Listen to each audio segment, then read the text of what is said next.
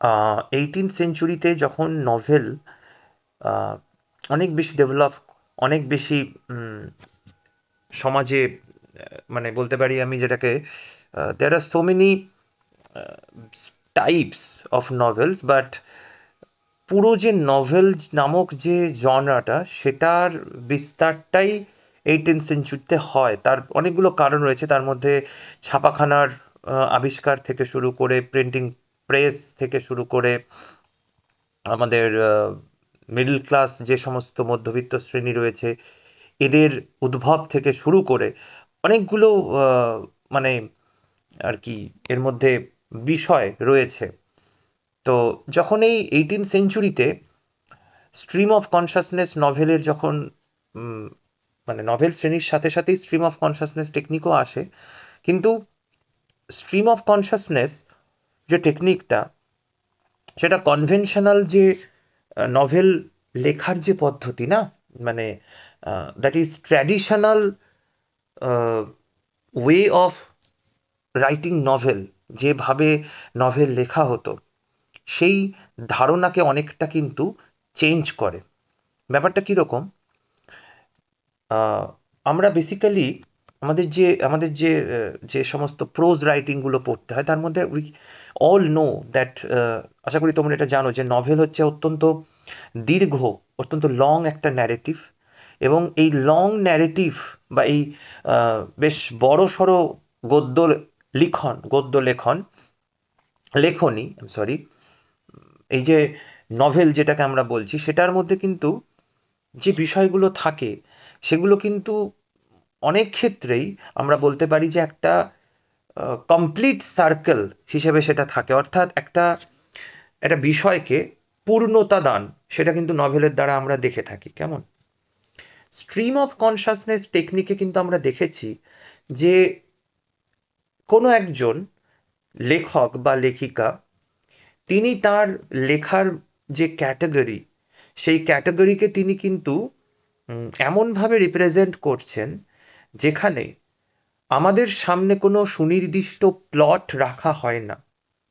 ঠিক আছে, সুনির্দিষ্ট প্লট অর্থাৎ কি,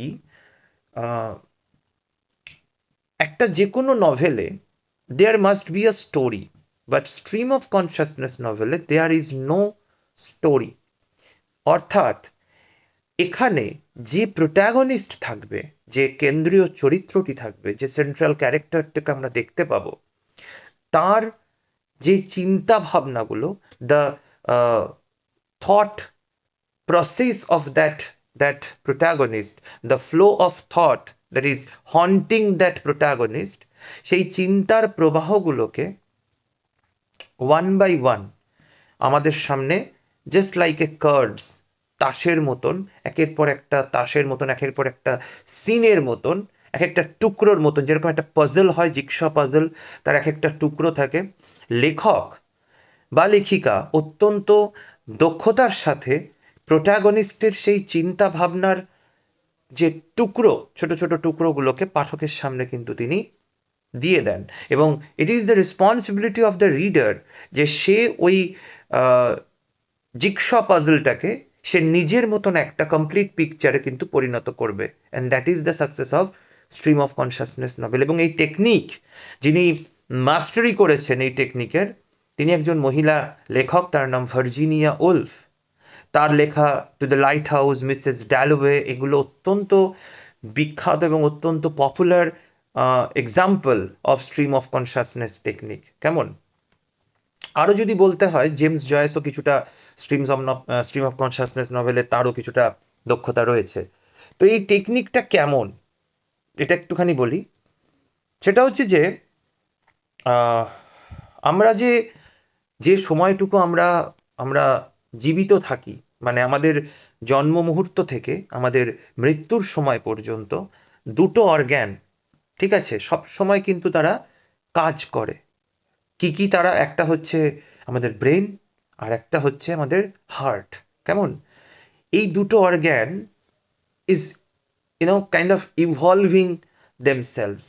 ঠিক আছে, এবং আমরা যদি একটু ভেবে দেখি, সেটা হচ্ছে যে আমরা কিন্তু এই দুটো অর্গ্যানকে কখনো থামতে দেখি না, বা এই দুটো অর্গ্যানকে আমরা রেস্ট দিই না। কারণ এই দুটো অর্গ্যান যদি রেস্ট নেয়, সেক্ষেত্রে আমরা চিরনিদ্রায় চলে যেতে পারি। So it's a very peculiar thing. যাই হোক, তো আমাদের যে ব্রেন, আমাদের যে নার্ভ সেলগুলো রয়েছে, সেখানে কখনো কখনো টাইমিংয়ের ওভারল্যাপিং হয়। কথাটা একটু জটিল লাগতে পারে। দেখো, আমরা যে বাঁচছি, আমাদের যে জীবনটা, আমাদের আশেপাশে যে সময়টাকে আমরা দেখছি, that is called physical time. আর আমাদের বেড়ে ওঠার যে সময়, এক্সপিরিয়েন্স আমরা যা করেছি, এগুলোকে আমরা বলি সাইকোলজিক্যাল টাইম। অনেক সময় কি হয় যে আমাদের ফিজিক্যাল টাইম এবং সাইকোলজিক্যাল টাইম সেটা কিন্তু ওভারল্যাপ করে। মানে ধরে নেওয়া যাক, এখন তোমার বয়স 18 বছর। তুমি আজ থেকে 5 থেকে 7 বছর আগে হয়তো কোনো একটি খুব পপুলার কোনো গান শুনেছো, যে গানটা তোমাকে খুব এক্সাইট করেছিল সেই সময়। আজকে যদি রাস্তাঘাটে যেতে যেতে কখনো সেই গান তোমাকে শুনতে হয়, বা সেই গানটা তোমার কানে আসে, কয়েক মুহূর্তের জন্যে you will forget what your physical existence. তোমার সেই মোমেন্টটাকে তুমি রিলিভ করবে। আশা করি আমার কথা বোঝা যাচ্ছে। অনেক সময় কি হয়, আমাদের যে এনজয়মেন্ট বা আমাদের যে হ্যাপি মোমেন্টগুলো, সেগুলো মনে হয় যে এই তো শেষ হয়ে গেল, এত তাড়াতাড়ি কি করে শেষ হলো।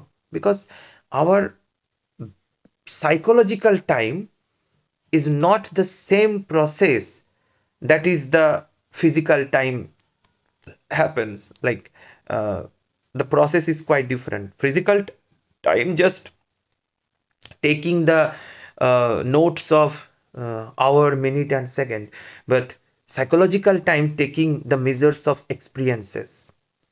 ঠিক আছে, আমরা কি অভিজ্ঞতা অর্জন করেছি, কতটা অভিজ্ঞ হয়েছি, সেগুলো সবই সাইকোলজিক্যাল টাইমের উপর। অভিজ্ঞতার ব্যাপারটা একটা এক্সাম্পল দিতে পারি। যেমন কেউ যদি প্রতিদিন ডেইলি প্যাসেঞ্জারি করে, প্রথম দিন তার যতটা সময় বলে মনে হবে গন্তব্যে পৌঁছতে, তারপরে কিন্তু আস্তে আস্তে সেটা তার কম লাগবে। বিকজ সাইকোলজিক্যাল টাইমটা কমে যায়, we are getting use to. যারা বয়স্ক, যারা যারা বুড়ো হয়ে যায়, তারা অনেক সময় ভুলে যায় যে তাদের প্রেজেন্ট সিচুয়েশনটাকে, তারা অনেক সময় অতীতে চলে যায়, যেটাকে আমরা পার্সোনালিটি ডিসঅর্ডার বলি বা স্প্লিট পার্সোনালিটি বলি। সে তার সারাউন্ডিংয়ের বাইরে সে হয়তো অতীতে চলে যায়। আমরা অনেক সময় অতীতে চলে যাই। আমরা একা একা অনেক সময় আমাদের হ্যাপি মোমেন্ট বা স্যাড মোমেন্টগুলোকে কোনো একটা গান, কোনো একটা ছবি, কোনো একটা কথা বা কোনো একটা ব্যক্তিকে দেখে আমাদের ভেতরে যে যে নার্ভ সেন্সেশনটা হয়, সেটা আমাদের অনেক সময় প্রেজেন্ট থেকে পাস্টে নিয়ে যায়। So the thing is that, যারা স্ট্রিম অফ কনসাসনেস টেকনিকটাকে লিখলেন, তারা বললেন যে আমরা কোনো প্লট লিখবো না, there will be no constructed plot. Because আমাদের ব্রেন, ভালো করে এটা বুঝবে, আমাদের ব্রেন কিন্তু কখনো অর্গানাইজডভাবে বা কখনো খুব পদ্ধতিগতভাবে চিন্তা ভাবনা করে না। ব্রেন সবসময় কিন্তু আনঅর্গানাইজডভাবেই চিন্তা ভাবনা করে। ঠিক আছে, আমাদের মাথায় যে চিন্তাগুলো আসে, সেটা যদি আমরা একটা খাতায় লিখি, সারা দিন সকাল থেকে উঠে রাত অবধি যা যা ভেবেছি, সেটা আনফিল্টার্ড, যদি তার মধ্যে কোনো আমরা ফিল্ট্রেশন না করি, ভালো খারাপ সিক্রেট যা কিছু পরপর যদি আমরা লিখে যাই, এবং এভাবে যদি 1 মাস আমাদের মাথায় যা যা চিন্তা আসছে সেটা যদি আমরা লিখে যেতে পারি, তাহলে সেই 1 মাসের যে রাইটিং, সেটাকে দেখে আমরা সেই মানুষটার চরিত্র কিছুটা হলেও বুঝতে পারবো, অনেকটাই বুঝতে পারবো। কারণ তার মানে আমাদেরকে সুযোগ দেওয়া হবে সেই ব্যক্তিটির মনের মধ্যে প্রবেশ করার। And if we have that privilege to enter someone's mind, and that is a big deal. এবং স্ট্রিম অফ কনসাসনেস টেকনিক কিন্তু সেভাবেই পপুলারিটি পেয়েছে, যেখানে প্রোটাগনিস্টের মাইন্ডটাকে দর্শকদের সামনে, রিডারদের সামনে রাইটাররা ফেলে দিয়েছেন, এবং আমরা সেই মাইন্ডের মধ্যে গিয়ে সেই মাইন্ডকে অ্যানালিসিস করে সেই মাইন্ডের সাথে নিজের মাইন্ডকে কানেক্ট করার সুযোগ পেয়েছি। স্ট্রিম অফ কনসাসনেস টেকনিক ক্ষেত্রে আমাদের যেটা আরেকটা জিনিস মনে রাখতে হবে, যে এই ধরনের লেখা বেসিক্যালি একটু অসংলগ্ন হয়, দেখে মনে হয় যেন ঠিক বোঝা যাচ্ছে না, পাগলের প্রলাপের মতন মনে হয়, কিন্তু আদতে তা নয়। এই ধরনের লেখার মধ্যে যে যে অর্গানাইজড ওয়েটা থাকে, যে পিওরিটিটা থাকে, কারণ সেখানে কোনো ফিল্ট্রেশন হয় না, দ্যাট ইজ ভেরি ইউনিক। আর এই জন্যেই স্ট্রিম অফ কনসাসনেস টেকনিকটা এত পপুলার। এর বেশি এখন আলোচনা করব না। যারা নোটস পেয়েছো তারা নোটসটা পড়বে এবং এই অডিওর বা ভিডিও যেটা আমি পাঠাচ্ছি সেটাকে একটু দেখে নেবে, তারপর পড়বে। আশা করি সমস্যা হবে না। ওকে।